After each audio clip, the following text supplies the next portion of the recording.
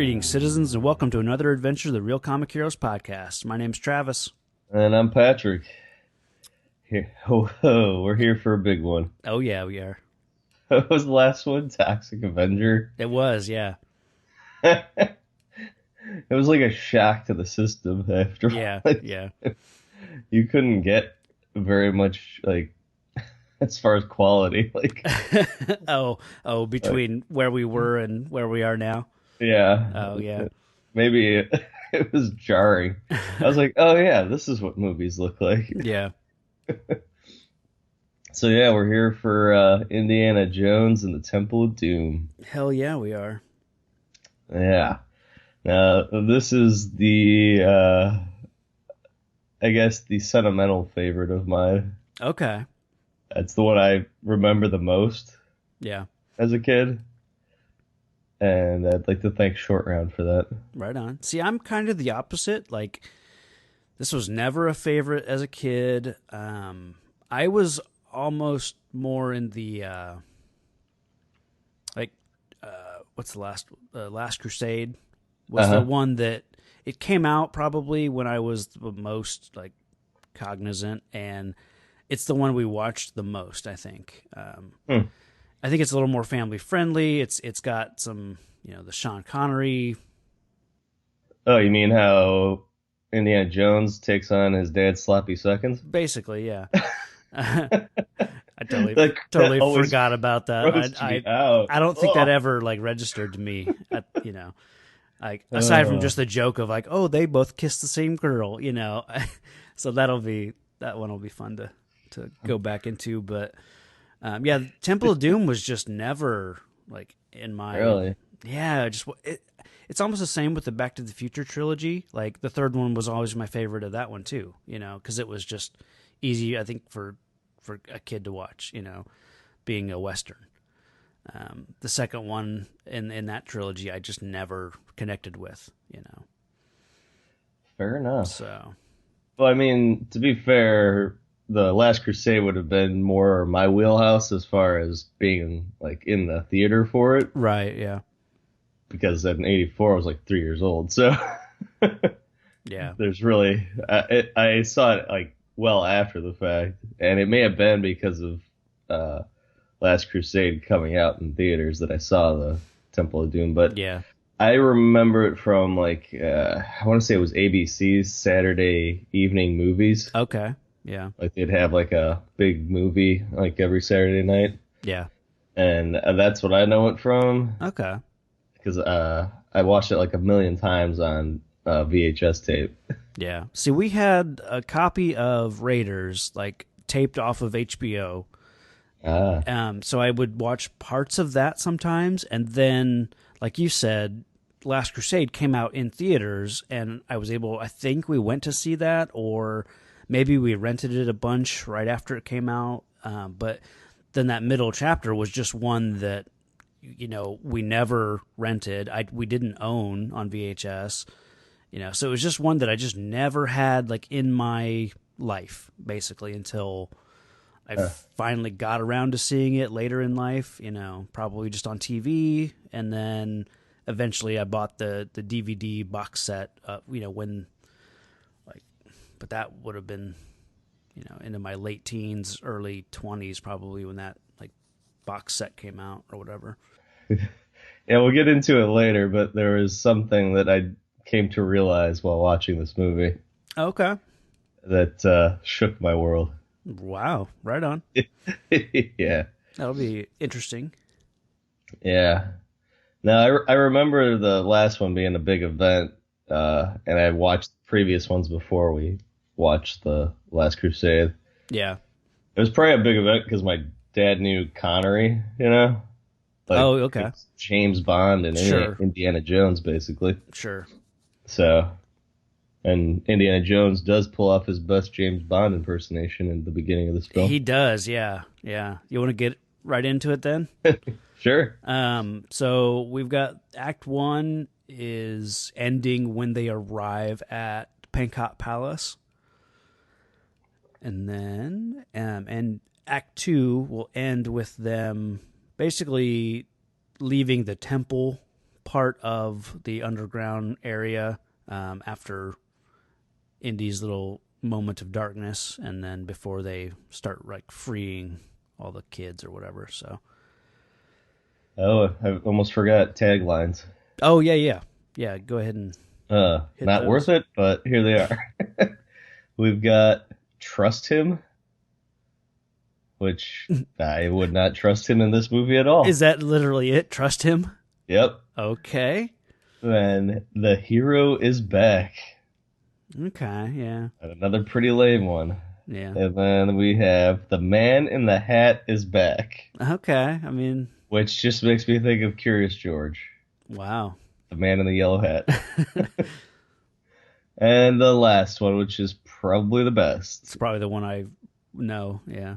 If adventure has a name, it must be Indiana Jones. Yep. And it's funny because you could just swap the name, James Bond, and it would work perfectly as well, so...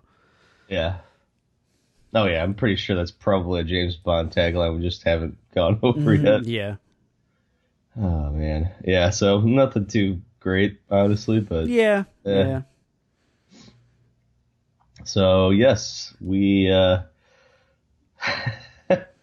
This one starts off a bit odd, but here we go. Yeah, let's do it. So, we have our typical... fade from the mountain logos into, and this time the gong. Yeah. That's got the faux mountains, I guess, on it. Yeah. So we're sticking with that fade into the movie. It's a nice, carryover from the last one. Yeah. It's just that the gong was kind of weak. Sure. So what did you think about this big opening production number? I'm glad they got it out of the way, like right up front. Yeah. I think that, and it's a song, "Anything Goes" by Cole Porter, which I'm not familiar enough with him or the song in general. Maybe I've heard it outside of this movie. I don't know. Yeah. But I think every filmmaker has a music number in them. Like George Lucas puts one in, Return of the Jedi. Obviously this one with Spielberg. Sam Raimi does it with, I think, the third Spider-Man. There might be a song in the second Spider-Man. Kevin Smith put one in Clerks too. I mean, I think that so many filmmakers, especially the ones that I'm a fan of, just always try to get a music number in their movies somehow. Yeah, and I can understand like the older guard because musicals were the big thing, like like Cary Grant and all those guys. Yeah, and it works in context within this movie. She's a lounge singer, and that's that's just. I mean, it only works as an introduction for her. Sure. I mean, yeah. As the movie, it really doesn't matter, but right. Yeah, it has nothing to do with anything else we see later. Has nothing to do with the Temple of Doom. No. In fact, this is a whole different adventure we know nothing about. Yeah, it's fine. It goes on a little too long for me, like, because they transition away from her being like the main focus, and then it's like all the chorus comes out. That's when it kind of gets a little, it gets a little Blazing Saddles for me. Like, you have the music number at the end that just goes on and gets crazy, and so it's a little much for me. Yeah, that dragon is very spacious. Yeah. So I'm glad it gets out of the way. Yeah. I was kind of worried there'd be another one at the palace. Oh yeah, they easily could have done some kind of. Well, they even had some dancers. Yeah, but not like. Yeah, it wasn't. It was a brief little moment or whatever. Yeah. Yeah. So a little different reveal of Indy this go around. Mm-hmm. Yeah. It's Dapper Dan in his white tuxedo walking in.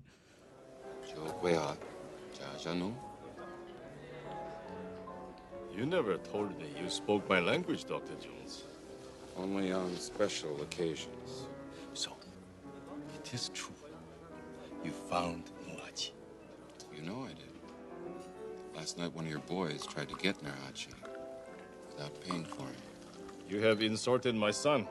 No, you've insulted me. I spared his life. Sits down nonchalantly. Yeah. With a couple of, I don't know. I know Yakuza is Japan, so I don't know what the equivalent is in China. Yeah, I don't know. But, mobster type, basically. Organized crime type. I think my first point here is I don't understand why Indiana Jones would take a drink from that cocktail that the bad guys put in front of him. Yeah, I think he really underestimates the Lao Che's influence here. It's basically his club. Later on they get on his plane. I don't think I think he underestimates his opponent here, which is why he even he thinks that he can get this diamond and walk away without giving up anything, because he underestimates really who he's up against. So yeah, do we know is there a historical because right now it looks like he's smuggling historical artifacts just for some diamond. Yeah, it's really, really weird. I don't know. Does the diamond have a historical it's not. It's just a diamond. It's not right. Yeah. I doubt it's the Hope diamond. That's the only famous diamond I know. So, it just seems like he's a smuggler at this point. That's a good point. Yeah, that is really weird. He's just I mean, it goes back to what we talked about with the first movie. He's a terrible archaeologist. He is, but at least he was stealing the historical artifact to put in the museum. What was he trying to do here? Kind of seems like the opposite, yeah. He's selling some old emperor's ashes. Yeah. That's what it was, yeah. For a giant diamond. Yeah. So why is he peddling in historical artifacts unless that's a fake artifact? Yeah, that could be. Maybe he knows he's not giving up anything of any import. So it's... But then why is he even doing that? Right. Yeah. It's just a weird... I don't know if they thought this whole thing out. Or... I think they wanted a James Bond intro. Yeah. Which is what, and it works in that respect because it's totally unrelated to the main plot of the movie. He gets to look like a secret agent as far as the white tux and all that goes. He's got a sidekick that shows up later. Punches a woman in the face. Oh yeah, yeah. Or cigarette girl. Yeah. I even wrote down damn, that college professor just skewered that guy when he throws that spike at the. I think it was one of his sons. I think they were both his sons. I think. Oof. Yeah. Yeah, I love that guy. Yeah, I do too. Yeah, it's a weird intro. It's fun. I like once the action gets started. Even how he gets out of the room by that gong that's rolling, through the room. That's a lot like GoldenEye. Obviously, there's a scene where he's avoiding gunfire by walking this, thing through the room and just hiding behind it. So, and it's an example of precise shooting when it doesn't matter. Right? Yeah. They shoot a perfect circle around that gong. Oh yeah, yeah. I like the random crap ton of balloons that are just up at the ceiling that get released. Yeah, it just keeps on the spectacle keeps getting grander and grander. Yeah. Oh, and then you got the chasing the diamond and the antidote. It's a lot going on. It's very Keystone Cops, right. Slapsticky, out of left field. Yeah, yeah. The ice gets spilled and hides the diamond, so we never really get the diamond back. And basically, Indy fails in every way, as pretty usual. much, because does he make out with anything? I mean, he gets the antidote. He gets the antidote, and he gets the girl. That's about it. Yeah, which no one else wants. But they get... Do they get the ashes that they wanted if they're truly the real thing? Yeah. I think they end up with those. The diamond is still there in the room, so once the ice melts, someone's going to find that diamond. Yep. And so... And technically, Indy may die after getting on this plane. Totally. I mean, and it's fine that he lives because he's out of Lao Che's, like, influence, because he's, by the time he survives, he's way out in India and can't, do anything. Basically a big failure for India at the beginning of this movie. Starting out strong. Yep. Just like the first one. Yeah. Which I recently found out is actually the second one. Yeah, I guess we should chronologically mention that, that this is actually a prequel. So, it's set in 1935 versus Raiders was 1936. Yep. I found some different reasons for that. The one that I always remember being the reason is that they didn't want, or for whatever reason, they didn't want Marion in this movie. Maybe she didn't want to be in the movie. Maybe it didn't make sense for her to be in the movie. Well, I saw something on the behind the scenes. Okay. They wanted a different Indiana Jones girl for each movie, so another nod to to Bond, I guess. Yeah, and I always heard that basically that reason they wanted him to hook up with this Willie character, but then with Raiders they didn't want it to seem like he was then cheating on Marion, because at the end of Raiders, you're meant to kind of get the impression that they are together. So then they didn't want the next movie to look like he was, being a dick and cheating on her, so that they rewrote it to be a prequel, So even though Last Crusade, he's cleaning up after his dad. Sure, and by that time, you're not worried about that whole, we can't make him look like he's cheating, That's all right. He's possibly a pedophile anyway. That's true. Yeah. Based on what we learned in Raiders. Yeah. So I give no credence to that. I also read that when they were coming up with the story, they didn't want to make it another movie of him versus Nazis. So even if it was set in like 1936, later 1936 or 37, 38, that the Nazis still would have been the big threat. So it was just another way to come up with a different story and focus on a different villain. So kind of different reasons for making this a prequel. Well, and even then, like I don't even know if they had the term prequel back then. I think it was just it's a sequel that's set before the first movie. Yeah, it's a bit like I almost can see it, like how Indiana Jones's character is. Like he's a lot more rough around the edges in this one. Yeah. Than he is in the next or in the first one, the Raiders movie. Yeah. And part of that may be that he knows Marion. Sure.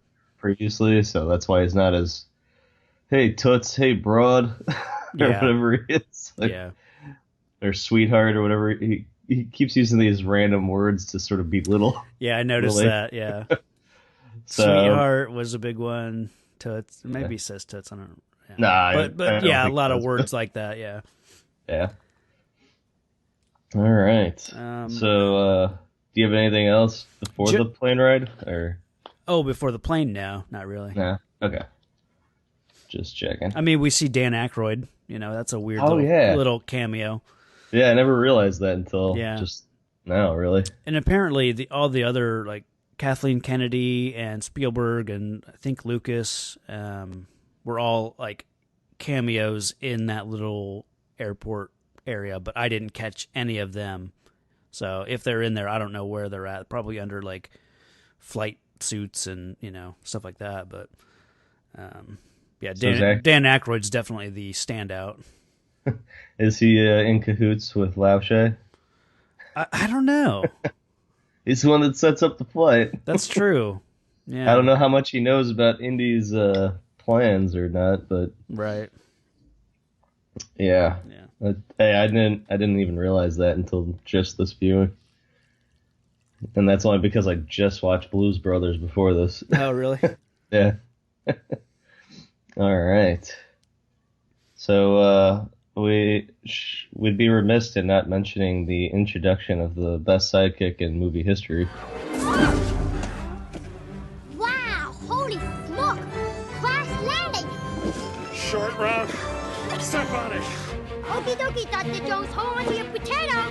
Crying out loud, there's a kid driving the car. Short round. Short round is great. I love him, and I love his driving shoes. Yeah.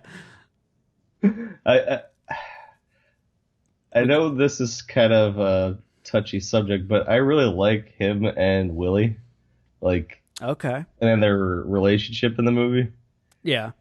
Because Short Round kind of feeds off of Indy. Oh, yeah, yeah. And treats her like how he sees Indy treating her. I like he's always giving her shit, like, yeah. you call him Dr. Jones. Yeah. He's like, I was here first. Yeah. That's my man. Oh, yeah, I just love Short Round. Like, yeah. It's a great introduction, too. Like, oh, sure. Magically, he just shows up, but... oh, and surprise, it's a small Asian boy. Yeah. You know. I love, like, he's got some of the best lines in the whole movie. I mean, everything he says is pretty quotable. You know, what is it? No time for love, Dr. Jones. Yep. You know, there is a creepy one where he asks Indy to tell him about it later when he's going to. Yeah, I noted that. It's hard to pin their relationship down. It's like sometimes it's paternal, sometimes it's like a colleague, like a partner, as opposed to being sort of a dad figure. So yeah, it's a weird relationship. But like, I thought it was interesting that they gave him a little bit of a backstory. Like apparently his parents were killed in a bombing by the Japanese, and he caught him like basically trying to pickpocket him, you know, and he became his little. And you can totally like picture that happening. Like it totally works with both of their characters. But then Indy just takes him across the world and like yeah, becomes his young ward. Yeah. Nobody stops Indy, like in customs or. I'll need to check this small boy. He can be my carry on. Oh, it was a simpler time. Sure. When you could traffic small children, no question asked. Oh man. Seriously, what was with people back then and like. Yeah. Adding like young boys as sidekicks. Like, I know Robin was added much earlier than this, but still, it's like, why was that acceptable ever? You want to get the kids in, you know. With Robin, it was we need younger readers, so let's introduce a kid. I'm sure with this, maybe it was, hey, let's lighten the movie a little bit. Let's make it, you know, fun for kids. Let's give them a little. Let's give them a little sidekick they can see themselves as. And later, let's show adults whipping kids. Sure. I thought we saw a dead kid in this movie. Like when the kid shows up in the village, like, you know, he's obviously dehydrated. It's everything he can do to actually make it to the village. I thought he died in Indy's arms. I think later there's a line of dialogue like he's going to be okay or something to that effect. We don't know, though. No. Unless you can spot him in the crowd at the end. Yeah. I don't know. I wouldn't put it past this movie. Yeah. So, we're on a plane. Oh, yeah. Indy, of course, brought his bag, or Short Round did. Yeah, I noticed I think it's like he says it a lot in this movie, like, get the bags, and get the bags. And yeah, I think even as they're about to jump out of the plane, he tells Short Round to get the bags. So, who's the diva? Indy or Willie? Because he's very preoccupied with his stuff. And as far as I can tell, it just contains a whip and then like his hat. Indiana clothes and his professoring clothes with a bow tie. Sure. Unless that was there at the palace. Yeah, I'm thinking he brought that with him. Yeah, so he's got he's got his two outfits, and like I said, with Raiders, he's got his Clark Kent setup and he's got his Superman setup. So let's see what I was like lost in my notes for a second. Yeah. And there's a lot to talk about in this first act, but I mean, stuff like the raft and the jumping out of the plane, like I didn't really take notes on that stuff. I mean, it's iconic, with the jumping out of a plane by using a raft and, hitting the mountain and sliding down. Like it's great visual. It's a lot of fun, like, but I don't really have any, actual notes about it. So it was just fun to just watch, Yeah, it held up. I mean, aside from the close-ups. Totally, With the back screen. Yeah, definitely a lot of that. Jeez. Yeah, the rear projection kind of stuff that, But the falling raft, I mean, it was well done. I mean, it's obviously not, it's miniature stuff. And definitely like dummies inside the raft. Once it hits the slope, you can kind of see a body like kind of flop around, but it works. I mean, it's I had fun with it. I mean, really, my last note, basically after they've met the villagers, they've discovered the stones have been stolen, the kids are gone, and it's a really great scene where the old, I call him the Indian crypt keeper, this old Indian like villager, and he's retelling kind of what happened, and then you've got Indy translating it, and you're finding out what happened straight from Indy. Just this great way to deliver this exposition. Excuse me, I don't understand how one rock could destroy a whole village. Saying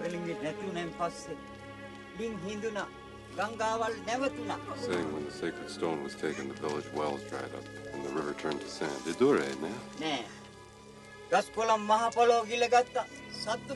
crops were swallowed by the earth. The animals lay down and turned to dust. Then one night there was a fire in the fields. Men went out to fight the fire. When they came back, the women were crying in the darkness. Lamai?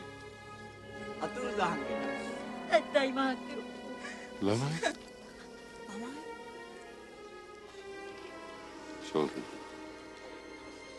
He says they stole their children. And I saw a bit on this guy in the behind the scenes. Sure. And that part where he's putting his hand over his eyes for the darkness. Yeah. That he got from Spielberg trying to tell him the lines. Okay. Because he didn't speak English. Yeah. So Spielberg actually made that hand movement to signify darkness, so he knew what darkness meant. Huh. So and he just kept that hand movement. Nice. It was kind of cool. Yeah. I also read that during that scene, Spielberg is off camera, giving him the lines, because the guy couldn't speak English, so all he was doing was reciting by sounding out, essentially repeating what he heard, not knowing what he's saying, but just repeating, sounding out the words or whatever. Yeah, that's why it's cut so weird. Yeah. I did enjoy Shorty behind Indiana Jones, mimicking his hands. Oh yeah, that's always great. I noticed that a few times. It's kind of that callback to Jaws, where Brody's kid is kind of doing the same thing he's had a hard day. He just wants a bottle of wine or something like that, and the kid is mimicking his, putting his head in his hands and that kind of stuff. So I imagine it's a callback to that. Well, that, and it's just, it shows you that he's mimicking what Indy does and how horrible a role model Indy is. Yeah. So it's interesting that Indy even says that he's after fortune and glory. That's kind of where I was getting to, talking about the going to the village and all that stuff. In Raiders, the top men wanted, from the government, wanted Jones to stop the Nazis. He wanted to chase the Ark. Here, it's a very similar, inciting incident as far as, not what happens, but, the villagers want him to bring back the stones, save the village, find the kids, but he's just after the stones as a concept of, these are the Shankara stones. They'll bring me fortune and glory. So at the start, it seems a little odd, that Indy is just chasing fortune and glory, but it's in character, which is good considering this is a prequel. somewhat odd, though, that he needs the added bit of fortune and glory to prompt him into helping. Like, I don't know if he would have gone after if there were no stones, if it was just our kids are missing and Pankot Palace now is, has some stirring of power again.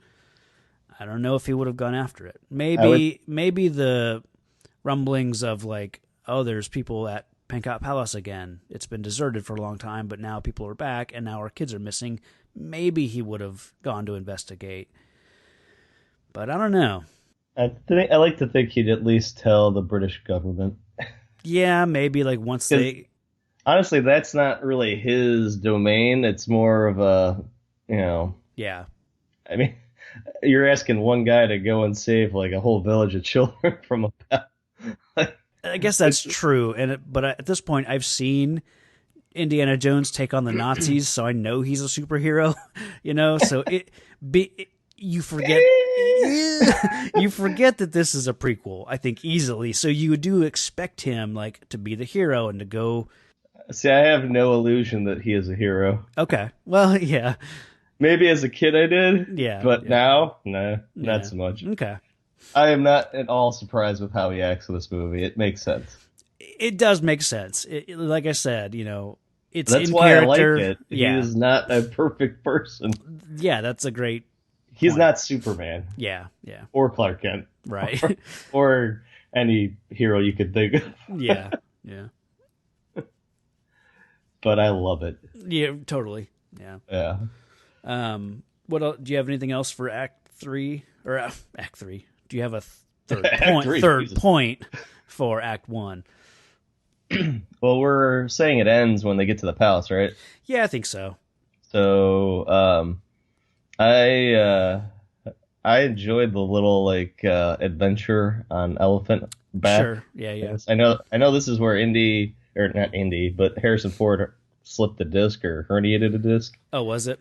From riding on the elephant. Oh, wow. Like he was on the shoulder blades. Yeah. And it kept moving side to side and it slipped a disc or did something to herniate his back. Damn. So that's why later on you get all those behind the back shots of his stunt double, like in the fight scene with Pat Roach. Oh, okay. And then it just shows the close up of his face when he's back after surgery. Huh. I guess he had some kind of experimental surgery done so he could get back to the picture. Yeah, I read that they had to delay production because of some kind of surgery. I don't know. I didn't read that it was related to the riding the elephants. That's crazy. Yeah. So all that because of the damn elephants. Well, he actually really screwed it up in a later scene where he's ambushed in his room. Oh, that's what I read. Okay. And he goes to flip the guy over him, and that's what did him in. Okay. But the elephant's what started it. Gotcha. So, but I enjoyed the little adventure scene to the jungle. Sure. Like Willie with the bat. Yeah. I'd honestly scream just as loud if I was holding a bat like that. Yeah. It's just so weird because it's like she just lifts her hands and is already like attached to her or something. Yep. I know she gets a lot of flack for this, but yeah. I mean, it's the role she was given and she does it well. Like she's supposed to be that sort of out of her element. Yeah. I think a lot of people would act like that, man or woman. Like just screaming and like totally, yeah, carrying on. I mean, it's a crazy ass adventure she's on, and she's like a lounge singer from Kansas or something. Yeah. So, and I enjoy. I mean, it's cheesy, and she goes indie all the time, and I know people hate that, but I mean, she's not Marion. Sure. I mean, yeah, and they wanted her to be like the opposite of a Marion, so. Marion knows what she's getting into. This lady doesn't. Mm-hmm. She is a stranger. She's just like just brought and kidnapped on this adventure. Yeah. So I don't know. I just enjoyed this and like Shorty giving her crap the whole way. Yeah. Laughing at her when she gets thrown off the elephant. Yeah, there's a lot of fun little beats, with I like when she's dealing with this elephant the whole time, and it's just a non-stop, like, dealing with other animals and whatever jungle creatures. Yeah. And Indy's had enough of her, and she's had enough of the elephant, and then she finds out that it's a snake and throws it. And I like that upsets him, just seeing the snake. So it's a nice callback to him saying that he hates snakes in Raiders. But yeah, well, that's a real snake she throws. I noticed that. I was looking for like a cut or some kind of, how are they going to fake it? But no, she grabs a snake and chucks it. Yep. So good on her for. It's before PETA, I guess. Yeah. All right. Yeah, but that's all. I just wanted to, say that was a cool part, like a little sequence. Totally. All right. So we're entering into the palace and the excellent matte paintings. Yeah. There's a few of those. So, yeah. Let's see. I like that he's introduced as, Dr. Jones, the eminent archaeologist, and it just kind of goes back to the, he's just James Bond because everyone already knows about him. He's got a reputation, And it's usually not a good one. Yeah. Some people think he's a grave robber. Yeah. He kind of is in this movie. Totally. He went to that emperor's grave site or temple and took the ashes. Sure, yeah. Well, I don't know where the ashes were, but still close enough. Yeah. You're dealing in someone's remains. So, I sort of don't have much until the dinner, honestly. That's my first note, too. I don't even know. I mean, they arrive. Maybe they have a changing clothes and getting settled kind of scene, but I don't even. Yeah, you get. Yeah, it pretty much they arrive at the palace and pretty much right away they're at the dinner scene. So I'm trying to remember. Does Shorty get new clothes? He's in the hat the whole movie, and so I don't think he changes clothes. I think they're pretty much all she obviously changes clothes, and so does he. He's got his bow tie on. He's all Professor Jones. I think Shorty's just wearing his clothes. I don't think he gets to change. Jeez, so he's just lugging around Indy's luggage the whole time. No luggage of his own. He's his porter, yeah. Jeez. Yeah. So you want to talk about the dinner scene? Yeah, I'm conflicted on it because they're Indy and Cheddarlaw and Blumbert are having an interesting conversation. Yep. That keeps getting interrupted by Spielberg trying to gross us out. Yeah. I thought it was kind of a nice juxtaposition of, these gross out moments that are obviously meant to either gross us out or just lighten the mood, make people squirm a little bit. But most of the dialogue we hear, the main conversation is primarily all exposition about like the history between India and Britain, the folklore about the Thuggee cult, and then like thinly veiled accusations from Indy, towards Cheddarlaw and the Maharaja. Yeah.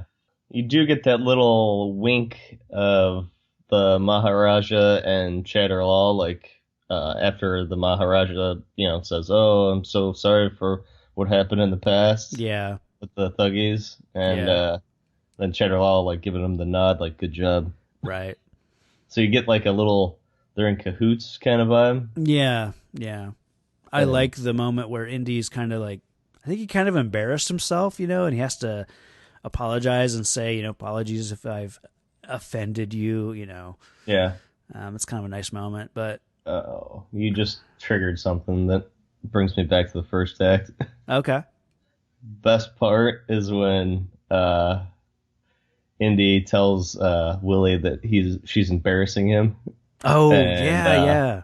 That food is more than they eat in a month.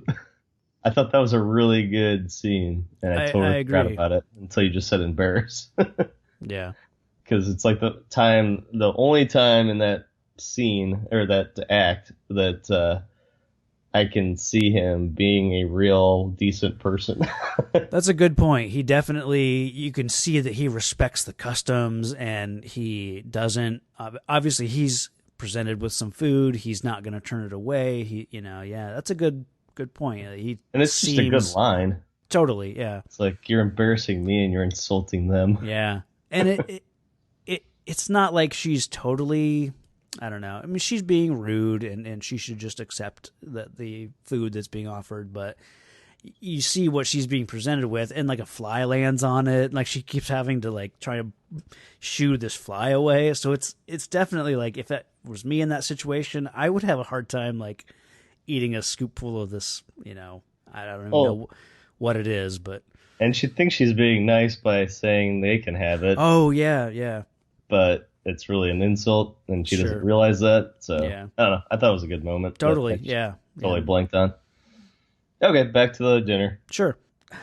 I mean, it's a hard like dinner scene to make sense of, because even if you try to look at it realistically, like, are they really going to be serving a snake where you cut it open and a bunch of little snakes come out, and eels or whatever? Yeah. And weren't there, like, they were like coming off the plate and like going all over the place? Totally, yeah. Even Blumbert is like shooing away these little snakes later on, because it's funny because a lot of the gross out stuff doesn't seem to make it to Indy and Blumbert and Chatterhall's like end of the table. It doesn't. I don't even know if they're even eating anything. Well, they're just like, oh yeah, this is what Indian cuisine is. Yeah. They're used to this. Sure, but it doesn't seem like they're. I don't even know if we see any of them dealing with snakes and pulling the backs off of those like beetles that one dude like slurps or whatever. It's a rough scene because it just seems so outlandish. Like the soup, with the eyeballs, like that seems like. I'll never forget the monkey brains, though. No, yeah, never. Shield monkey brains. Yeah, and that for sure, everyone at the table is presented with a monkey brain, even Indy and we don't see them do anything with it, but yeah. And I cannot stop looking at the guy with that mustache. Oh, I know. Yeah, that like goes and connects to his side or whatever. Yeah. And there's a lot of horrible. Indian in quotes acting, like with their accents. Yeah, monkey brains. Yeah. Yeah. And like the weird thing is, when I think of Indian cuisine, I don't even think of meat really. Mm-hmm. Yeah. Or like animal. I think of like vegetables. Like sure. I almost think like vegetarian. Very veggie heavy. Yeah. Aside from like chicken and goat. So it's weird that they make it all like this barbaric way of eating animals. Like, I think chickpeas most of the time. Oh, yeah. And then, like, really spicy. Yeah, I'm assuming that the eyeball soup is, like, maybe goat eyes or...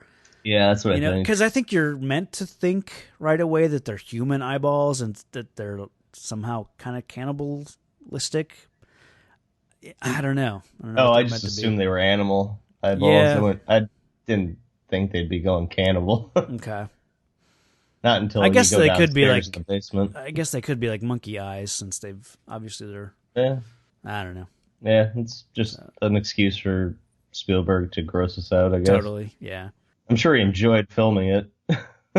It works because we're getting exposition during this scene. We're getting conversation, and it's just nice little cutaways to give like Willie and Short Round something to react against. So it's good. I mean, it was fun as a kid seeing it. I thought it entertained me then. Yeah, I think I definitely never would have understood what was being talked about. So this time around, it's nice that I understand the conversation that's being going back and forth with Indy, and it's a classic scene of like giving the adults something to keep their interest and any kids watching. Totally.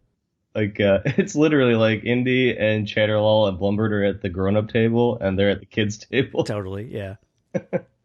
That's pretty much all I had on the dinner scene. Yeah, me too. I think we covered that pretty well. Yeah. This is what do you have going forward? It's kind of another gross out thing that works on me a little bit it's a little more effective on me. The tunnel scene once they've, oh yeah, after the kind of forced sexual tension stuff with Indy and Willie, they go underground. Well, yeah, they find the passage with the Indy filling up the boobs on the statue. Yeah, which is just kind of another like, oh, he's really sexually frustrated, and we got to make it look like he's playing with some boobs, She's like, I'm right here. Right. So the part that works on me is the crawling around in the dark with bugs and all this stuff. That's definitely my like fear factor thing, like being in the dark, knowing that there are bugs and stuff like that around, and especially her having to like reach her hand into that hole and grab the lever, like that stuff really, really creeps me out, especially like when we're camping or whatever, and it's like, oh, just walk through the woods here to get from point A to point B. It's like, I better have a flashlight, I don't, I'm fine if I can see bugs. It's the bugs that I can't see that freak me out, so. I'm just picturing you with a flamethrower walking into the woods. Right, like Ace Ventura. I think he's like out in the woods. He's just whipping that torch around. That'd basically be me. So yeah, I really like this scene, especially, then you've got the added element of the walls closing in. So you kind of play on that, what's it called? Claustrophobia a little bit. And it's a nice kind of maybe a nod to the trash compactor scene in Star Wars with just the walls closing in, and they've got the spikes that are coming down on Indy and Short Round, so it really, really works. Especially his face in the hole where it's like, we are going to die. Yeah. I like such a great moment. They have the spikes in the floor too, and the skeleton starts to come up. Yeah, I thought that was a cool. Yeah, and this is the first time I realized that we have two characters in there that. A, you just mentioned the trash compactor. Yeah. And B, Short Round almost gets skewered in Goonies when he falls down. Oh, the yeah. Pit, and the pinchers of life, or whatever Peril. he calls them. Save him from the spikes. So you got two actors that are constantly trapped in caves or some kind of room of doom. Yeah, totally. I like that they play it up again. Like she finally, she releases the lever, they're safe, she comes in the room and it immediately like puts them in the exact same position again, like she hits the button or something. Well, let's not forget it's Shorty's fault to begin with. Yeah, of course, but he told him like, just stay against the wall, don't touch anything. So, yeah, it's a good moment. Yeah, it's a fun scene. Yeah, because like she gets spooked by the two smiling corpses. Oh yeah. And got to get through the. And they just dump bugs all over her. I know, it's so like. It reminds me now, after like having experienced a few more like Sam Raimi movies, and I'm following along the Spider-Man Minute, obviously directed by Sam Raimi, and they talk about how as a director he loves to punish his actors. So if there's trash being thrown at a person, or like in Evil Dead, if there's stuff being thrown at his actors or stuff like that, or camera going in his face, that's definitely Sam Raimi is the one doing that stuff. So I can just picture like Spielberg being the one right off camera throwing bugs and like, covering Willie, with all this gross stuff. So yeah, I'm surprised she actually married him. Yeah, totally. It's a thuggy ceremony. They're worshiping Kali.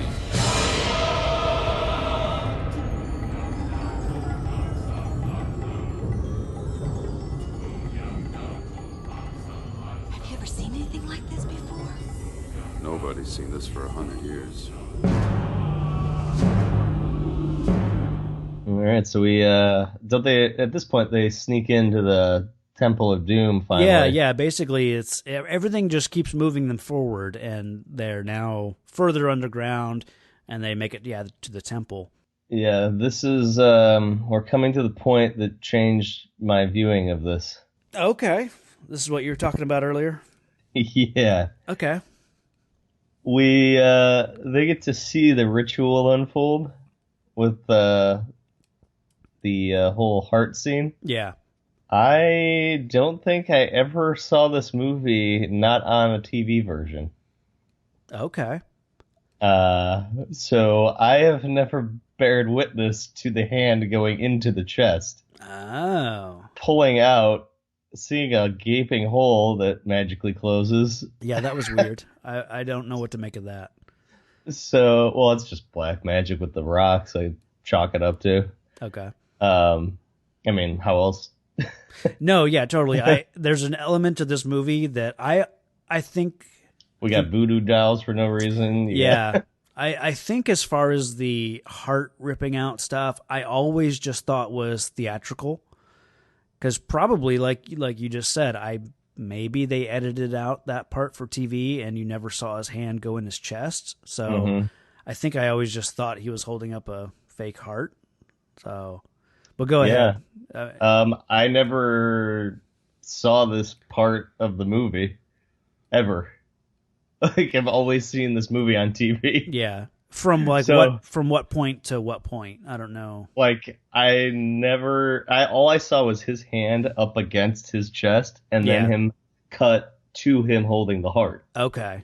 So I've never seen it where his hand goes into his chest cavity. Okay. And then pulls it out with a hole. Like, I've never even seen the hole. Yeah. That was kind of, that seemed new to me. I did not remember that either. So, yeah, you might be onto something. Maybe they edited it for TV and you just see that like kind of iconic grip that he has where his hands like up against his chest. Like, I just remember it, like, maybe I remember like him, like, it getting red around the chest. That seems to be what I remember too. But I'd never ever remember him actually going in after it. Kind of like those psychic healers that go into the belly and pull out this black stuff. That's what it reminded me of. Yeah. But I don't ever remember it actually going in there and pulling it out. And obviously it's super fake, but and I'm pretty sure the closure is like claymation of some kind. Yeah, I would say it's probably more stop motion or a complete practical effect, you know. Yeah. But yeah, I was like, holy hell. Because I don't have much experience with this movie, I just assumed, I must have forgotten that part. But that makes a lot of sense. Maybe that was edited. Maybe that's why I don't. Because whatever version of this I would have seen the most would have been on TV and certainly would have been edited for TV. So, yeah, maybe there's something to that where you don't really get that hand going into the chest. And I think that's why I always thought there really isn't. I think until these last few years, I never understood with the Indiana Jones movies, there actually is some mystical stuff, some magic stuff, especially like with Raiders. You know, there is literally an act of God happening at the end of the movie. With this, there is actually some power to those stones. You know, I think I always just thought, oh, it's all smoke and mirrors, it's all theatrical.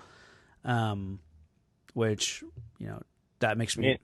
It reminds me, like, Kingdom of the Crystal Skull. I never understood why people had a problem that there were aliens, because to me, it's like, there's already been Wrath of God stuff. There's already been this, you know, Indian dark magic kind of thing. And then in the third one, there's Act of God kind of stuff again with... you know, the Holy Grail. So it's no more outlandish to me to have aliens than this kind of stuff. So, well, even this is Indian gods. It's Shiva and it's what's the Kali. Yeah. This one, so it's all supernatural / religion. Yeah. And aliens fall in with that. I had no problem with the Crystal Skull thing. I don't either. Yeah. So I mean, there's some people that think all our religions are just alien visits anyway. Sure, so yeah. You could tie it in that way if you wanted to. Yeah. But yeah, I've never had a problem with the Crystal Skull. My biggest beef with that was the monkey swinging scene.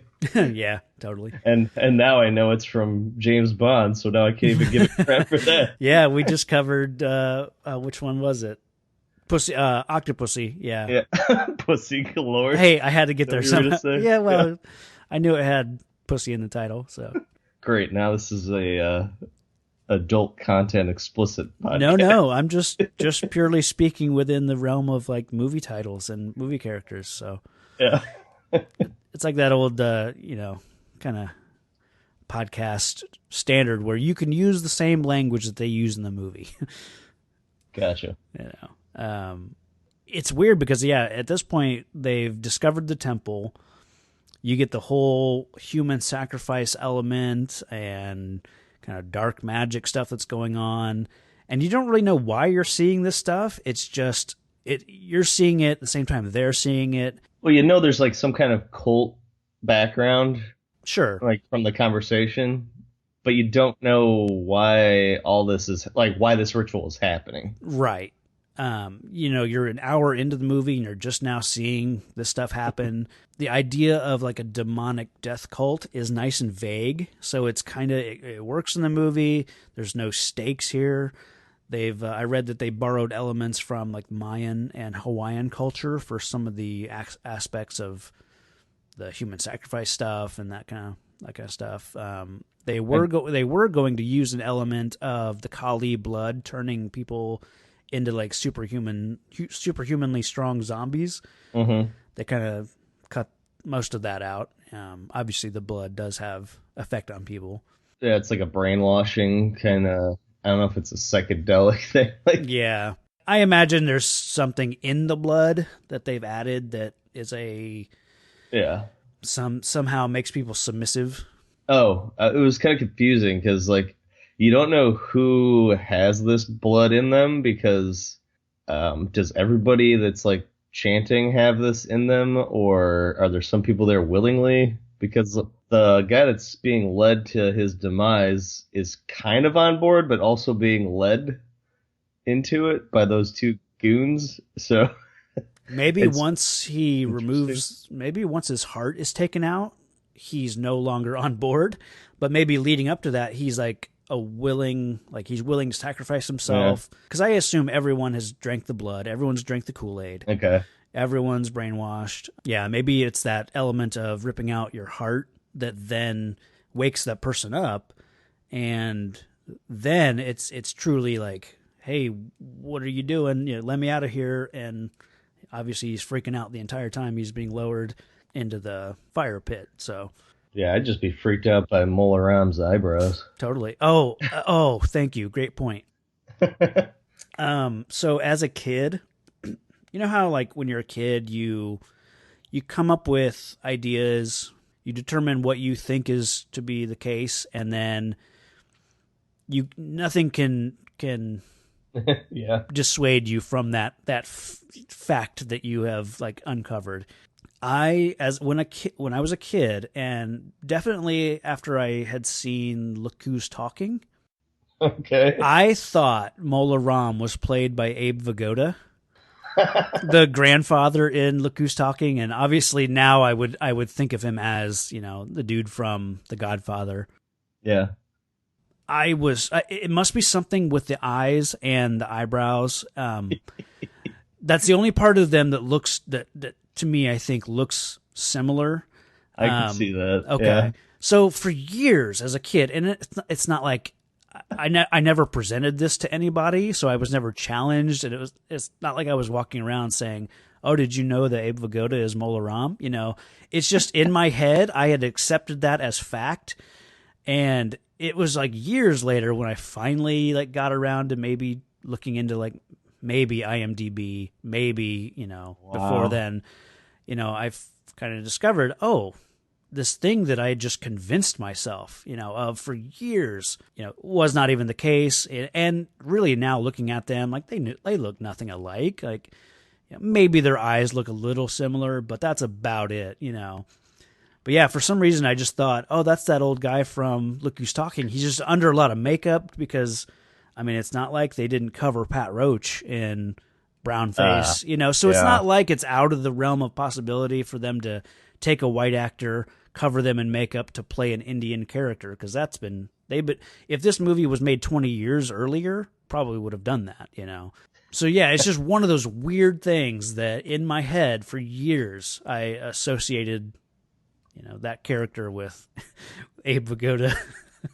I am more surprised that you're that into Look Who's Talking. Maybe we should do the Look Who's Talking Minute podcast. I mean, I have one of those weird memories of like I've seen the movie once or maybe quite a few times as a kid when it first came out, definitely on VHS because we watched it, I feel like, a lot, but haven't seen it since, so it's just one of those like my memory just retains and holds on to all this old like movie stuff, I did not even remember he was in that. Right, yeah. Stuff like that just stands out to me, Wow, that's awesome. Now I'm going to have to change my notes to Abe Vigoda every time I have Mull around. Yeah, you could take that with you. Just, start telling kids that, oh, did you know that the grandfather from Look Who's Talking is Mull Aram? Oh, that is classic, like, pre-internet. Oh, right. Like, just like random rumors that become fact. Totally, yeah. So, yeah, I encourage our listeners to go out and start spreading that little nugget. If you could go to the Wikipedia page for Temple of Doom and I should. Little known fact. Abe Vigoda was the inspiration for Mull Aram's eyebrows. That'd be awesome if those were fake eyebrows. So they really did model them after Abe Vigoda. But Mull Aram, I think he does more acting with his face than anybody. Yeah, and he's a great performance in this movie. Yeah, I dug it. Yeah. So getting us kind of... Yeah, we're off track. Yeah. So I think I wanted to talk about Indy's realization point in this. He sneaks down after the ceremony where they conveniently leave the stones in the skull cut out. Side note, I just thought of this. Do you think that those stones are like the Infinity Stones and have unique abilities each? Ooh. Like the one from the village obviously has some kind of environmental impact. Oh, good call. And maybe the others have, like, one does the brainwashing. Kind of like the Loki Pokey stick. So there's a time stone and a space stone, or maybe it's a little bit more like anytime you take like elements and things that have power over certain things, I always think of Captain Planet. The five, like you could divide it into five with, one is like the earth. Of course, those are all elements. So that one would have been like earth, fire, wind, so. Yeah. Maybe the other one is lava. I don't know. Yeah. That's a good call. I hadn't considered that the stones might have done something different, but that makes sense because like maybe if you could get all five stones, then you're master over, the earth and like people's minds or that kind of thing, like the heart or the Loki Pokey stick, Yeah, that's a really good call. And it just made me think of that when I heard stone, like the five stones. I thought of the Infinity Stones because I literally just finished watching the first Guardians. Oh, right on. So stones were in my brain. Yeah. So, but that was just a side note that I just thought of out of nowhere. Totally. No, I think that's a great point. But what I was getting to was the point where he grabs the stones and you see like that greed in his eye. Oh, yeah. Kind of like when he got the idol in Raiders. Totally. And then he sees what's going on underneath, like in the mines. And you see that like realization that he needs to, focus on freeing the kids. Yeah. But you can see there's that struggle still. Yeah. It's like, okay. And that's like when he actually makes up his mind to save the kids. Because up until this point, I never thought that he was there for the kids. Totally. No, he was there for fortune and glory and he wanted to find the Shankara stones. Yeah.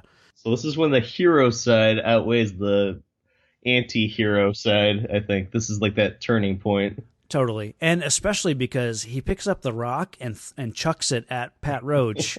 And you can tell, like, he hits him with the rock, and then it cuts back to Jones, and his face is very, like, really proud of himself. But then it quickly dawns on him. Yeah. Oh, shit. I've just, because I thought he was going to chuck the stone and then hide, Yeah. But no, he's just there, like bold as brass, and gets spotted, and he's gonna like turn and run away. Obviously, there's people there behind him, but you can tell he just grabbed the rock and chucked it without even thinking. Like it just reaction. Exactly. So yeah, that's a good point. So right here at the end of Act 2, there's a really important element that we don't get to see Indy running around punching Nazis like we do in Raiders. So they've given him, kind of like you just mentioned, he sees the kid being whipped, and then that like makes him turn into the hero. So the missing kids is a really important element, and seeing that kid get whipped and seeing this room full of like kids that are being forced into like child slavery, it's a good second movie threat that it really overpowers like anything that it's just a good like push for the movie. It's weird that we get it kind of so late, but yeah, there's a lot going on now because you got the Stones, the kids, and then eventually just Indiana Jones himself as a threat. yeah. So it's a good like equivalent to that Indy taking on the Nazis. It's him just taking on this child slavery. Basically, it's a good use of the. I don't know. It's a good direction for the movie to go, I guess I should say. Yeah. And yeah, there is a lot going on here because even before Act 3 really gets started, you've got. I don't know if you want to talk about him being turned evil and. Yeah, you got that skull with some kind of chalice jammed in its mouth or whatever. Yeah. Some gravy boat. I don't know what that is. Yeah, the gravy boat of Kali blood. Yeah. And you got the random voodoo doll with all accessories included. Yeah, I don't know if that seems like one of those elements now looking back. Like, yeah, I think you borrowed that from like, isn't voodoo stuff typically like? It's like Haitian, Cuban, yeah. Caribbean. Or New Orleans. Right, yeah. I don't know if that, maybe there's a element of. It's just black magic. Basically. Yeah, maybe it's not called voodoo, but yeah, maybe there's a equivalent of, using a placeholder to inflict pain on your enemy. But yeah, but we do get to see then that the Maharaja is kind of in on this stuff, and the little dude is. Yeah, Shorty tries his best. Totally. To help out Indy. Yeah. And I mean, Shorty's a pretty badass little kid. He really is. I mean, he's putting up a better fight than Indy. Granted, Indy's got Pat Roach to deal with, but yeah, the human colossus. Mm-hmm. So yeah, Indy doesn't want to drink it, spits it in Molaram's face. Yeah, and then they gotta release the Kraken that is Pat Roach to sort of beat it into him. Yeah, well, I think you've also got the voodoo doll comes into play where he's being forced to. They put him over fire, maybe at this point. Yeah, I forget which moments they use the voodoo doll here and what comes later. Yeah, you got because we should say that Willie gets captured along with Short Round.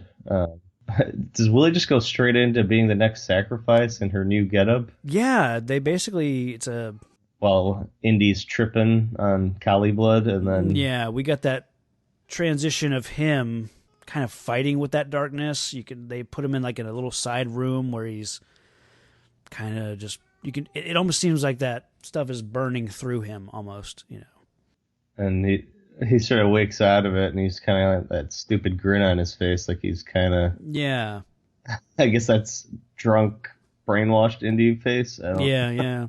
It is weird because there is almost like an act break here, but it's not like a full act. I don't know.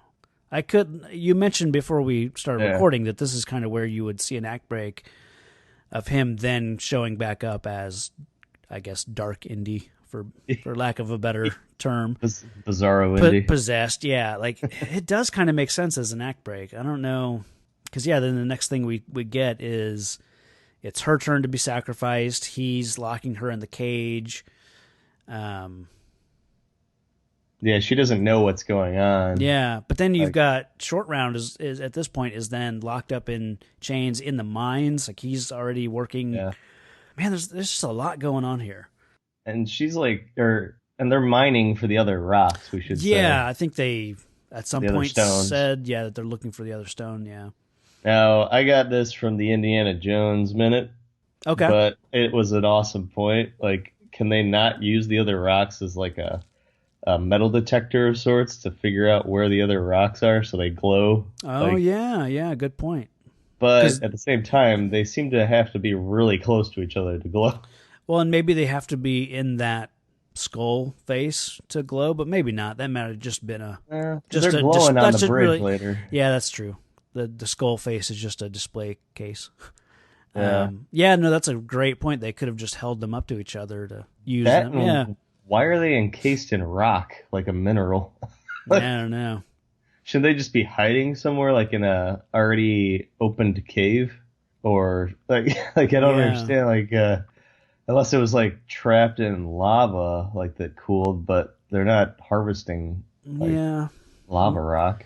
But maybe they were in the cave and the cave got washed out like we see later. And so they could be more like covered under earth, but not like encased in rock, because someone in the past had all the stones.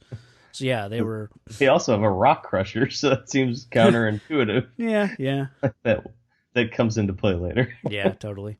Yeah, no, just a side note. I wanted to bring up, but that was a good point. I was like, because I never realized that that's what they were doing. I thought they were just totally no. that was just showing them being slaved.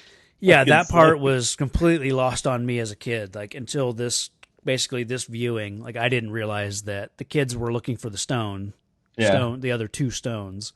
I do like that Shorty is the only one that realized that he could use his tools to take his chains off. Yeah, that's a little convenient, maybe, or maybe he's just the only kid that has like that. He's been around India enough that he's got that will. That he still has the will to fight.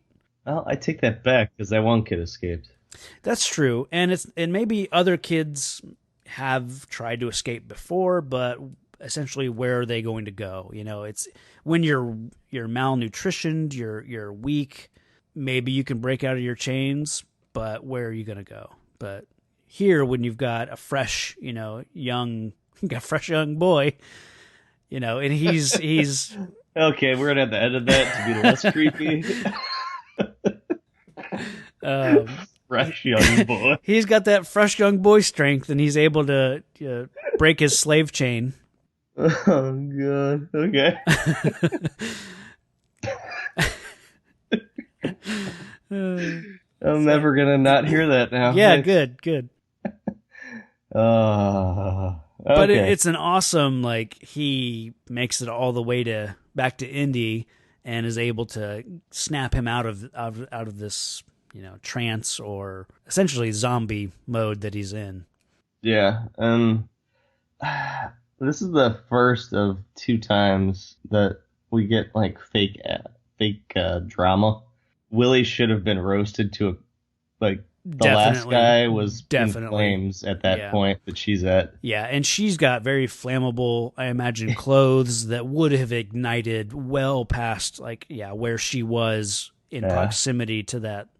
At the very least, her hair should have gone up with all the product in it. Totally, yeah. It's the 80s, come on. Yeah. I mean, it's the 30s, but it's the 80s. The hair says 80s. Totally. The other being with the rock crusher in Indy's head. I mean, I don't know how many times it looks like his head's already crushed. Yeah, especially there's one camera angle that looks like it's, completely way too far. Down. Yeah. Yeah. But anyway. Yeah. So, there's a great moment between Indy and Short Round once the threat is over of Indy being evil. They have a great moment because you can tell he betrayed Short Round here. It's he slapped him totally, hit him, and I mean they have the fake kiss with him and Willie that's sort of just forced. He's like, all right, I better kiss her. Yeah, I just saved her.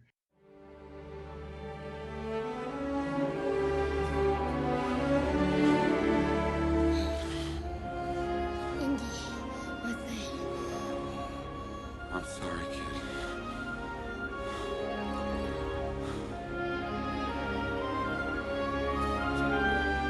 Indy, now let's get out of here.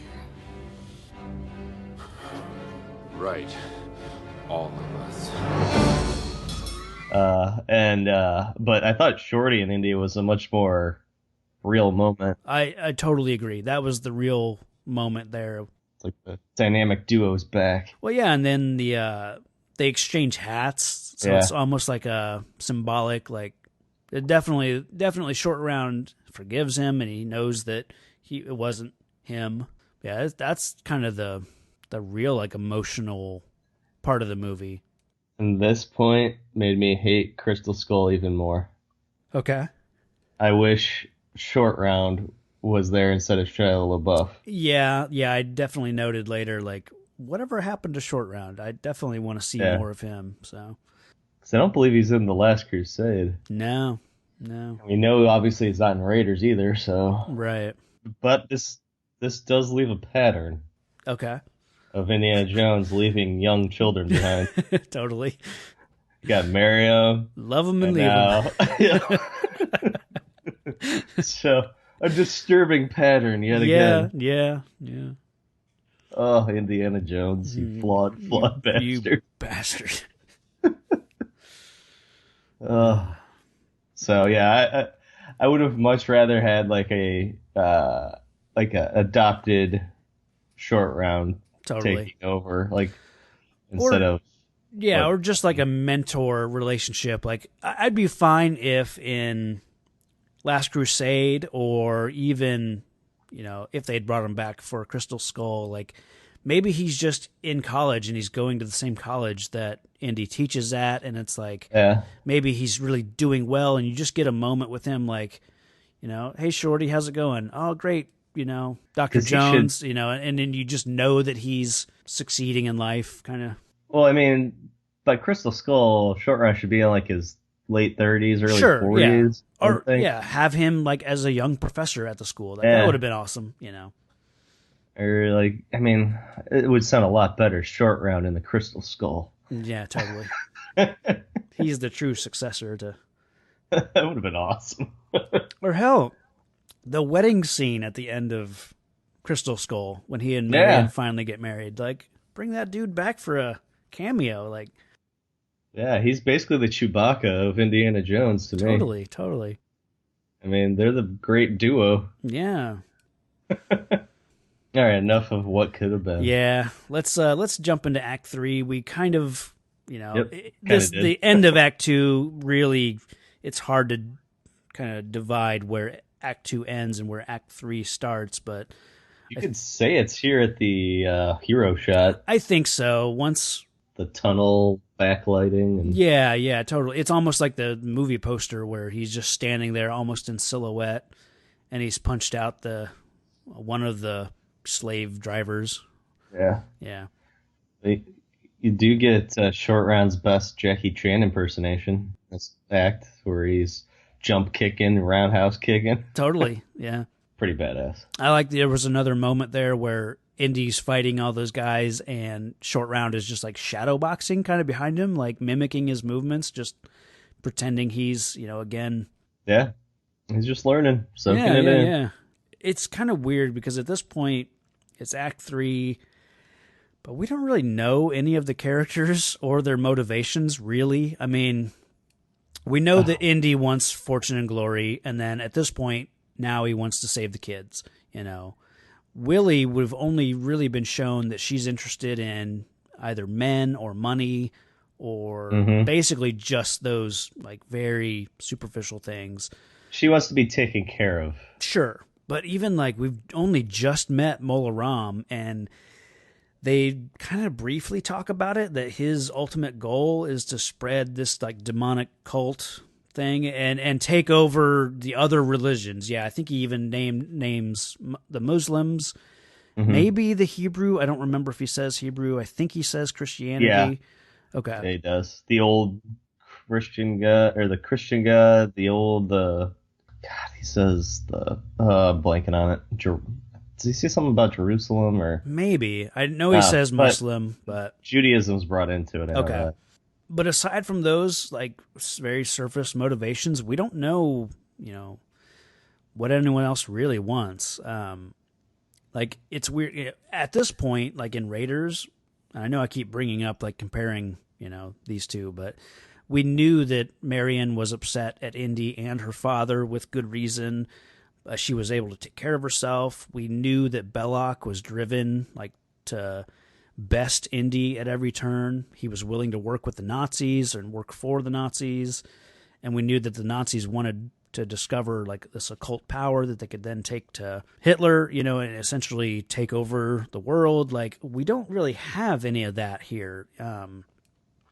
All we have is we know that some stones have been taken, some kids are missing, and one dude has been sacrificed, and that Mola Ram wants to spread his influence, like I just mentioned. But we're introduced to the Maharaja, and he's not really a factor. I thought maybe this was the kid that was, like, in charge of things, and you've got that Chatter Hall guy who's really nobody. What happens with him? Because he gets pinned under the wheel. That's but then he just rolls away, and you never see him again. Yeah, so because he was like the government official of sorts, he like a prime minister, ambassador. Okay, he was, I noted him later as PM just because I couldn't remember what his name was. Chatterlal, yeah. So it's just kind of a weird, like, at this point you just don't know why anyone wants anything aside from they want these stones. But I mean, it's world domination what it comes down to. Yeah, but they don't really stress that very much, and like, you kind of gotta really pay attention that that's what he wants to do, is to wipe out these other religions. Yeah, he's cut into his plan a little early because he's still missing 2 rocks, so you never get the full, like, threat of what he can do with the rocks. But I guess in the script, I guess they kind of make it clear, like, they know the rocks are there, they just have to find them. So it is just kind of like, we have plenty of time, they're going to keep making kids, so we've got basically a never-ending supply of workers, because we can just find another village and another crop of kids. So I guess it's just a matter of time before they find the stones. So there is that threat there, but it's just all kind of vague, and at this point, really all we're getting now into is the Act 3 is just action, one action set piece after the next, and they're great. I know we had a problem with From Russia with Love, that's second James Bond movie, where it was just action scene after action scene at the end of a great movie. So at that point we got kind of just tired of it. But here it works. You got they finally free the kids, and then you get the Indy fighting Pat Roach again, which is a nice scene. It goes on for a long time, though. But then you've also got Short Round fighting the Maharaja. Yeah. I love that, like, the 2 fighting at the same time. So great little action moments. I don't know, what do you have for kind of the start of... My favorite part of that action scene is at the end when Shorty wins, and then he's, like, just hanging out with the Maharaja up there. No, totally. And Indy's like, Shorty, let's go. Stop messing around with that kid. After Shorty just saved Indy. And Shorty's just like, okie dokie, Dr. Jones. Nice. And then Shorty has the inside scoop that they're going to go down the left side. Oh, yeah. Indy just randomly uses the shovel to change the tracks, and Shorty's like, Dr. Jones, left. Son of a... but we do get, Pat Roach and his demise because of basically what they say in The Incredibles. No capes, yeah. No capes or long I think sashes I think falls under that, yeah. It was the one around his belt? Yeah. Okay, for some reason I was thinking he had, like, on a turban, kind of like a headpiece that was one of those long... He does have a turban, but it wasn't that. It wasn't that one, yeah, okay. Yeah. That would have probably come off his head really easily, so... And then you get the Pat Roach smear. Oh, yeah. Which wasn't even that gruesome in comparison with the rest of this movie. Not really. It's a really good fight, but yeah, it's not him turning into a plane propeller. Yeah. Like in Raiders, but I like that they brought him back for this, even though they kind of totally did it in a sad way. Yeah. Making him become an Indian guy. Yeah. They should have just had some random, like, English guy. I mean, Sure. India was lousy with English back then. Yeah. They could have had an element of some British, villains here. Like he was there on a rugby match or something, and they got a hold of him. I don't know. I guess you wouldn't want a Belloc type white guy who's working with these guys, because you could have replaced like the Chatterlal guy with a British ambassador who was trying to get a foothold in this occult stuff. Like maybe you could have had that kind of character, but I know this cart scene was originally for Raiders. Yeah, I read that too. Yeah, time for it. Yeah, and it was shot pretty well. I mean, it's ridiculous in nature, just totally. It holds up well as far as like, because it's one long like roller coaster special effect, scene, and it holds up. Like this was one of those, because I would always dismiss this movie as like, I don't really like Temple, and that cart scene is ridiculous. Like there's a cart that jumps the track and lands back on the track, and I just always just kind of dismissed it as being a ridiculous moment.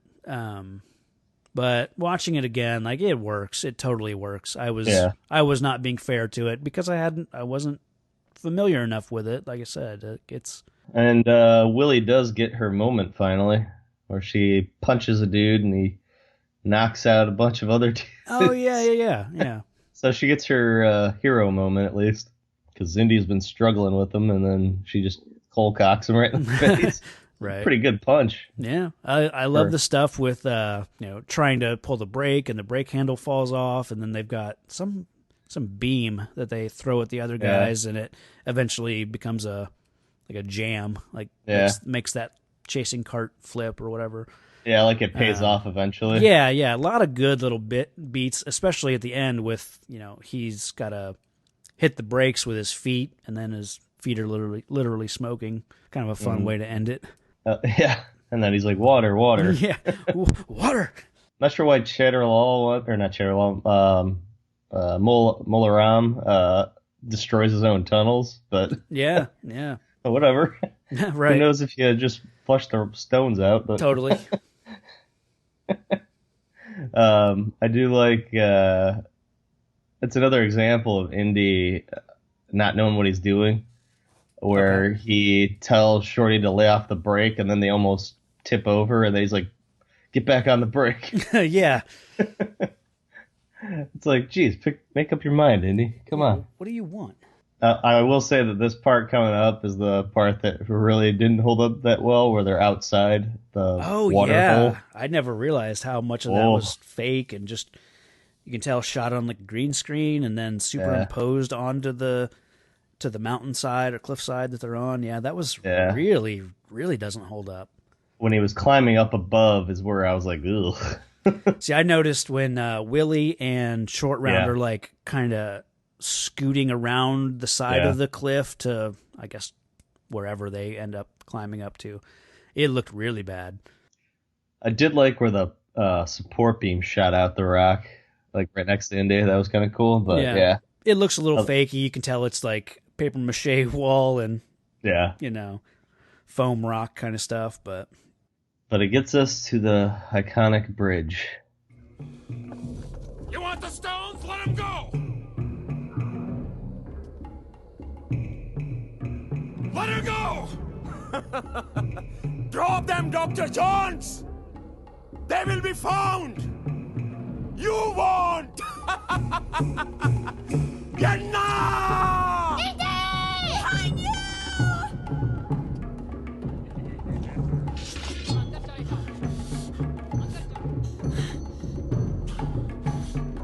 Oh, shit. And I saw the behind the scenes with the dummies. Oh yeah, and it was like the first time they just created those dummies that could kick. Yeah, while falling, and I was like, oh, nice. I read that. Yeah, that they wanted them to look more realistic that way. Yeah. Yeah, I thought that was kind of cool. I mean, you could tell it's just like I mean, there's no way you think that's real, but Sure. but I enjoy the effort. I think they sell it, pretty well. So, the beat, the scene itself is great. There's a great tension. You got Mola Ram on one side, and I just like how they get everybody basically on this bridge. Indy's in the center. He tries to threaten him by throwing the rocks off, and that doesn't persuade Mola Ram because he's just like, well, we'll get him again. We'll find him. And so and it seems like Indy's been down this road before, apparently. Yeah. Because he tells Shorty something like, remember something. I wasn't sure if it was that or just hold on, Yeah, because he said something that triggered Short Round to go, oh, geez. Yeah. It could have been, though, literally like, I'm about to cut this bridge in half. Yeah. Hold on to something, And plus he's doing the motions of like wrapping his foot around. That's a good moment, though, with Short Round kind of explaining what's about to happen, even though they don't really say like grab hold. Like he just says we're going for a ride. Yeah, it's just a great scene altogether. Like it's a great way to end this kind of long extended action chase from the fight all the way through the minecart to now. So it's a nice bit of tension to wrap up the movie with. Yeah. Oh, there's a callback to Raiders that I forgot with the guy with the two guys with the swords. Oh yeah, totally. Yeah. And he goes for his gun and it's not there. Yeah. I was like, so this is why he makes sure he has the gun in the next one. Right, yeah. I thought that was a nice little nod. But yeah, we got the epic battle on the bridge that's now cut in half. And yeah. This is the part I always remember being tense, where he was like trying to grab his heart out. Yeah, climbing up the bridge now. Yeah. And so does Indy just remember or know the words to make the rocks hot? I think so. It must be because he had witnessed this before that he knows the chant, and maybe it's a holdover because of being possessed. Maybe somehow he has that information like ready to go. Yeah. But yeah, again, it's kind of a surprise. Like Indy calls on Shiva, and Shiva, provides. Like it's a bit of a surprise that. Well, didn't they think that Shiva was guiding him there? Yeah, the villagers did. Yeah. So I guess it's not out of the realm of possibility for this story, at least. Yeah. Especially not after the other like dark magic we've seen, literally, seen. So I like Mola Ram's just throwing guys at Indy. Oh yeah, that's awesome. Like before that, sacrificing his own dude. Yeah. And Shorty and Willie are kicking at Mola Ram while he's trying to get up. Yeah. It's just a fun sequence. It totally is. It totally works. And then you got the stormtroopers with their bows and arrows not hitting anything. Yeah, that's a little weak. But he also had guys shooting at Indy that kept hitting the bamboo rods instead of him while he was up in the. I mean, it's just classic movie. Like, there's not too much else. I mean, my only other not even a point, but just a little note is by the time they get back to the village, it's like lush and full of greenery. I was like, how long were they gone? Right. And for some reason, I always thought that there was an element of Mola Ram, like they had diverted a river or something, and they had dammed up something to, like that's why they lost their water. But this is kind of going back to when I thought everything could be explained by, practical reasons. I thought the reason their village was lifeless was because they had no water, because they were somehow trying to stop the water so that they could excavate in that cave. But I don't think they're actually connected. I know that they do end up releasing all that water, but I don't think it was connected to the village itself. So I think for some reason, just when I was a kid, or maybe when I was a teenager and watched this, I thought, oh, they dammed up the water. That's why their village kind of dried up, But well, he said something. Doesn't he say like, we knew you succeeded when life returned? Yeah. So once he got the stones out of the cult guy's hands, that's when Shiva restored. Right. So the Rock didn't have to be there technically. Just had to be out of reach of just out of reach of danger or something symbolic to that effect. Yeah, it's weird. Yeah. So yeah, and that's pretty much wraps up the movie. I think so, yeah. Indy kissing again, but who cares? Yeah, whatever. I did learn that Indiana Jones, Willie, and Short Round are all pets of people involved with this movie. Yeah, I always knew about the Indy being George Lucas's dog. Willie was Spielberg's. Yep, and Short Round was one of the writers, I think. Yeah, I can't remember who, but yeah, I just learned that while watching the behind the scenes. Right on. So, yeah, an end to an epic tale, only to be outdone by another epic tale of going after the Lost Ark. Yep. So yeah. Whew, it was a wild ride. It was. It totally was. Whew. I think we should jump into most heroic. I believe there's a hero in all of us. I just finally know what I have to do. That keeps us honest. I'm here to fight for truth and justice in the American way. Gives us strength. You will give the people of Earth an ideal to strive towards. Makes us noble. And I know in my heart that it's right. I got Short Round. I do Saving too. the day. Yeah, multiple times. Yeah, I know. He's all over this place. He saved Indy, first with the car. Yep. Then, I like that he took the initiative to check for the parachutes on the plane. Oh, I didn't even notice. Yeah. Without anyone telling him. Yeah. He tries to save Indy before he gets the collie juice. Yeah. He kind of screws that up by unleashing the traps in the tunnel, but yeah. He's supposed to be like a little kid, so come on. And then he saves him by torching him, then by defeating the Maharaja, then by karate kicking the shit out of guys. He's all over the place. I completely agree. I had all those points as well. Indy, I mean, yeah, he's the muscle. Right.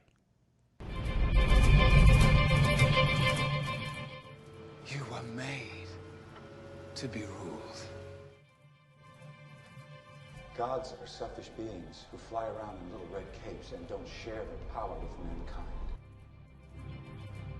In the end, you will always kneel. I think you and I are destined to do this forever. What do you got for most villainous? Pat Roach. Oh, okay. Whipping he seems the kids. to enjoy what he does. Okay. I just had Mola Ram in general. I mean, you could maybe the most villainous is him actually sacrificing that guy. But just in general, his plan is to, take over the world essentially. So it's hard to pinpoint one exact moment, but yeah. I mean, I went away from the obvious. Sure. Yeah. So no, that's good. Yeah, Pat Roach seemed to enjoy whipping those kids, so pretty low. Or it could be Indy for dragging along a lounge singer and a little kid. I mean, you're taking a small child to a place. Right, I was just going to say, small children. putting a youth in danger. I mean, he essentially gave them a fresh young boy, as you would say. Right, yeah. He's basically supplying them with more labor. I mean, Indy is a trafficker of young children now. Yeah, totally. Man, Indiana Jones sucks. He's the worst. Yeah. How awful do you have to be? It's a good thing, what the hell's his name? Scud or... Oh, Mutt? Mutt. It's a good thing he didn't grow up around Indiana. Yeah. He'd be even worse. He would have bought into the legend of Indiana and tried to be like him. And yeah. He would have been dead by now. Oh, yeah. Although that would have saved us from the movie The Crystal Skull. So. Yeah. So, what was your favorite action sequence? Since we have so many to choose from. Yeah, that's true. Probably go with the. I don't know. It's tough because it's kind of one long extended action sequence in that third act. But I guess probably the fight between him and Pat Roach, and then the short round and the Maharaja. Okay. Yeah, I always like the bridge scene myself. Okay. Yeah. It's just fun. Yeah. People getting eaten by alligators or crocodiles or whatever. Yeah. It's just cool to me. Yeah, totally. And as usual, the cavalry arrives at the very end. Oh, yeah. The British there to keep India in check, making sure they don't get too British are coming. Rebellious. Yeah. Yeah. I like that they have like blue turbans. Like their turbans are like color coordinated with their uniforms. Sure. Because were they being led by Blumbert? Yeah. Okay, I thought so. Yeah, I saw them there. Let's see. Any outstanding like pros and cons that you didn't hit? No, I mean, I think we've talked about everything as far as that. And cons, we mentioned like the crappy mountainside scene. Sure. The only things I wanted to touch on that I didn't really talk about were just this movie does something that not a lot of movies do. It's got the most economic storytelling where every scene in this movie is just leading. It just propels the story even further. So, the intro leads them to India. So they go to India. The villagers basically send them to Pankot. It doesn't take them very long to discover the temple, and then they discover the human sacrifice and the real danger in this movie, the child slaves. Then they get the stones. Indy turns evil. Indy is freed by Short Round and all that. And then they go into that extended action sequence basically to the end of the movie. So there's not a lot of wasted time here. They just keep advancing the plot. Especially like it kind of gets started once they go underground from Indy's or from her room or Indy's room. Once they kind of start down that tunnel or that underground path, like they can't go backwards. They only go forward from then on. It's just a really well done way to just they've trimmed all the fat from this movie. There's really not a lot of just wasted exposition and even the moments with exposition, they cleverly add those like visual elements of the them in the jungle with her dealing with the animals and all that stuff, and the dinner scene with them with all those sight gags. So that's a strong pro for this movie for me. Yeah, we've already talked about the relationship between Indy and Short Round. Yeah, the only down I have is really the forcing of Willie as the indie girl. Yeah. Like nobody buys it. Totally. Yeah. I mean, there's more of a connection with him and Short Round than there is with him and Willie. Totally. Yeah. My only real con is the score in this movie is entirely forgettable. They use the Raiders March a time or two. Like I can recall Marion's theme and the Well of the Souls music, and obviously that Raiders March. I can. Shorty's got a theme. Does he? I didn't. Almost every time they show him, they're playing his theme. Okay. But it's like stuff like I can't name or I can't think of a single note from any part of this movie that's unique to this movie. Obviously, the Raiders March they use a time There's or two. Indian like inspired music. Yeah, but and it's not bad music because like in the scenes it works perfectly, but I can't recall any of it. Well, this one's just got so much action. It's hard to notice the music while everything like visually is going on. Yeah, that's a slight con. Just it's I'm sure it's fine music, but it just doesn't stand out. So you want to get into ratings? Sure, I'll go first. So like I've said like quite a bit, like this was just a movie that just never played a big part of my life. Just very kind of forgotten and overlooked and dismissed for the most part. Seeing it now, and probably it's changed with age, and I don't mean the age of the movie. I think I mean with my age, I appreciate it a lot more. Like I was talking about with that advancing the story and just that economic storytelling, you can just sit down and just get into it, follow it along from start to finish. It's a good like adventure story. I don't know what else I can say aside from like it's just a good, fun action movie. It doesn't have like the stakes really that Raiders had, but it's a different movie in theme and entirely. Yeah, so overall, I really, really like this movie, and I would give it maybe not a 5, probably not a 4.5, but I'd give it a solid 4. Okay, yeah, I'm a sucker. I'm going 5. Oh, I love right this on. movie. I could watch this again today. Like, it's just a lot of fun. It's not a perfect movie, but it's perfect for what it is, and that's just a good old action film. I know a 5 is a perfect score, but it's perfect for what it is. It's not, I mean, I don't think there is a perfect movie per se, but this one is perfect for what it is. Okay.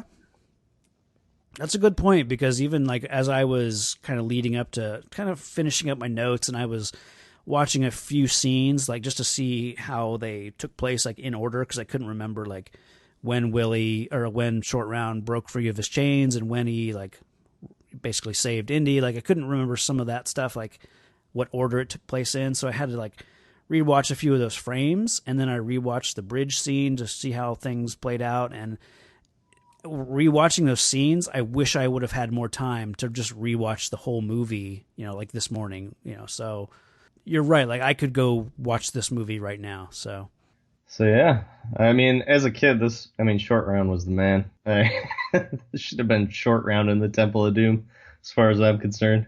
Yeah. So we got a pretty high score for this one. 4.5. Yeah. Yeah, this is one of our higher rated ones. I think it's only behind the Raiders. Yeah. There's some other like higher rated movies. This will definitely be up there with some of our standout movies. But yeah, I'm happy with that. I definitely pleased with that result. And yeah, you mentioned like that, the Short Round being a great standout character. It was just announced that. Did you ever watch Hunt for the Wilder People? No, I hadn't seen that yet. Oh man, you need to. It's okay. Yeah, so it's done by the same people that did What We Do in the Shadows, and it's the same director that is doing Thor Ragnarok. Well, they just cast the young lead from Hunt for the Wilder People, Julian Dennison, and he plays a character named Ricky Baker, and he's just this badass little kid. He just got cast in the Deadpool sequel. So Amanda and I were talking about how it would just be great if he is like a Short Round type sidekick to Deadpool for the entire movie. Just turn him into that like sidekick character that we really don't have like a lot of good kid sidekicks from the last few years or really since this movie. Like he's kind of the mold or the template for kid sidekicks almost. I'll have to say that there is one movie that comes to mind, and that's Kick-Ass with the the girl, Hit Girl, yeah. She's pretty badass. That's true, and she definitely kind of breaks out of that mold of like typical kid sidekicks. So yeah. But yeah, other than that, I can't think of. And really obviously the original like Robin template, that. Yeah, Robin's always been kind of cheesy. Does Deadpool have a sidekick in? Not really. No? Not typically. I mean, some sidekick type characters or supporting characters, but never like a true kid sidekick. Like, it's kind of surprising that they've never really done that. But yeah, it'll just be fun to see. Yeah, that'd be cool. Yeah. Alrighty, so you want to put a pin in this episode? Yeah, I think we can call this one done. So yeah, let us know your thoughts about Indiana Jones and the Temple of Doom. You can email us at realcomicheroes@gmail.com. We're on Twitter, Instagram, Facebook at realcomicheroes. You can leave us a nice review on iTunes. Speaking of which, we've got another review we can read off this week. We've got a 5-star review from R.M. Lumley that just says real fun. And then he says, genre movies are fun, so is this podcast. So we appreciate that little review. Cool. Yeah. And so I think with that, we will be back in 2 weeks with Star Trek III, The Search for Spock. Ooh, I wonder if we find him. I hope so. Have you ever seen Search for Spock? Okay. Cool. No. Cool. But spoiler alert. I know he's still around. Yeah. I'm guessing they find him. That's all. They definitely... No, maybe there's something I don't know. You don't get Spock back. Like, Spock doesn't really return until like the end of Star Trek 4. Okay, I thought you were gonna say like they find a piece of Spock and then clone him. They find an ear. Yeah. And they just they attach that ear to a rat, and then they carry that rat around for a movie. Nice. Yeah. Okay. All right. Well, I guess we'll find out what happens. All right. Well, until next time, I guess. Yeah. Thanks for listening.